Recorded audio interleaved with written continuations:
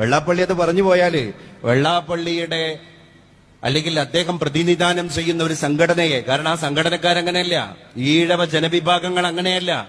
നമ്മൾ മലപ്പുറത്തെ ഈഴവന്മാരുടെ ചരിത്രം ഒന്ന് എടുത്തോക്ക്. നമ്മളെ തോളോട് തോള് ചേർന്ന് നടന്ന പാരമ്പര്യമാണ് ശ്രീനാരായണീയർക്കുള്ളത്. അത് ഒരിക്കലും മറക്കാൻ നമുക്കാർക്കും കഴിയൂല. അതുകൊണ്ടാണ് ആദ്യ ഈഴവന്മാര് വെള്ളാപ്പള്ളിയെ എതിർക്കാൻ കാരണം. അത് നമ്മൾ തിരിച്ചറിഞ്ഞാൽ മതി. ഇതിന് സ്പാർക്ക് ഉണ്ടാക്കും. ഇപ്പുറത്തെ മുസ്ലിം നേതാക്കന്മാരുടെ കോലം കത്തിക്കുന്ന സമയത്ത് മുസ്ലിങ്ങളെ ഒരിക്കലും അതിനെതിരെ വർഗീയമായ പ്രതികരണങ്ങൾ നടത്തി കഴിഞ്ഞാൽ അത് വലിയ അപകടമാണ്. അത് ഹൈലി ഇൻഫ്ലെയിമബിൾ ആണ്. ആ കാട്ടുതീക്ക് വേണ്ടിയാണ് ലോസ് ആഞ്ചലസിൽ ഒരു ഫയർഫോഴ്സിനും കെടുത്താൻ കഴിയാത്ത കാട്ടുതീ മലപ്പുറത്തെ മതേതര മണ്ണിന്റെ സൗന്ദര്യം തുളുമ്പുന്ന പൂന്തോട്ടത്തിലെ പുഷ്പങ്ങളെ കരിച്ചു കളയണം എന്ന് സ്വപ്നം കണ്ടിട്ടാണ് റമദാൻ കാലത്തെ മലപ്പുറത്തെ ഒരാൾ മനഃപൂർവ്വം വെള്ളാപ്പള്ളിയുടെ പ്രസ്താവനക്ക് അനുബന്ധം കുറിച്ചിട്ട് കൊണ്ടുവന്നത്.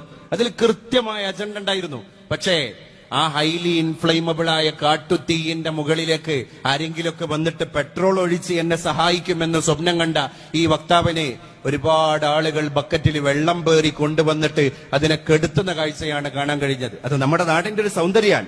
ആ സൗന്ദര്യം അത്ര പെട്ടെന്നൊന്നും ചോർന്നു പോകൂല.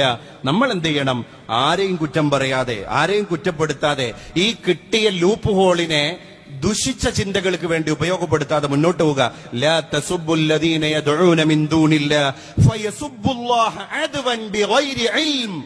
അപ്പൊ എന്താ ഉണ്ടാവുക? അവരാരാധ്യ വസ്തുക്കളെ നമ്മൾ തീവ്രമായി സോഷ്യൽ മീഡിയയിൽ കയറി കുറ്റം പറഞ്ഞാല് അവര് പിന്നെ നിങ്ങൾ ആരാധ്യ വസ്തുവാകുന്ന പടച്ചതമ്പുരാനെ കുറ്റം പറയും, ചീത്ത വിളിക്കും. അത് വലിയൊരു സംഘർഷം ഇവിടെ ഉണ്ടാക്കും. അതുകൊണ്ട് ഇത് കരുതി കൂട്ടിയിട്ട് ചില ആളുകളുടെ അജണ്ടയാണെന്ന് തിരിച്ചറിഞ്ഞ് മൗനം പാലിച്ച് നമ്മുടെ സഹോദര മതസ്ഥരെ ചേർത്ത് കോർത്ത് നിർത്തി മുന്നോട്ട് പോകലാണ് ഇതിനൊക്കെയുള്ള ഉചിതമായ മറുപടി എന്ന് നമ്മളൊക്കെ മനസ്സിലാക്കണം. അള്ളാഹു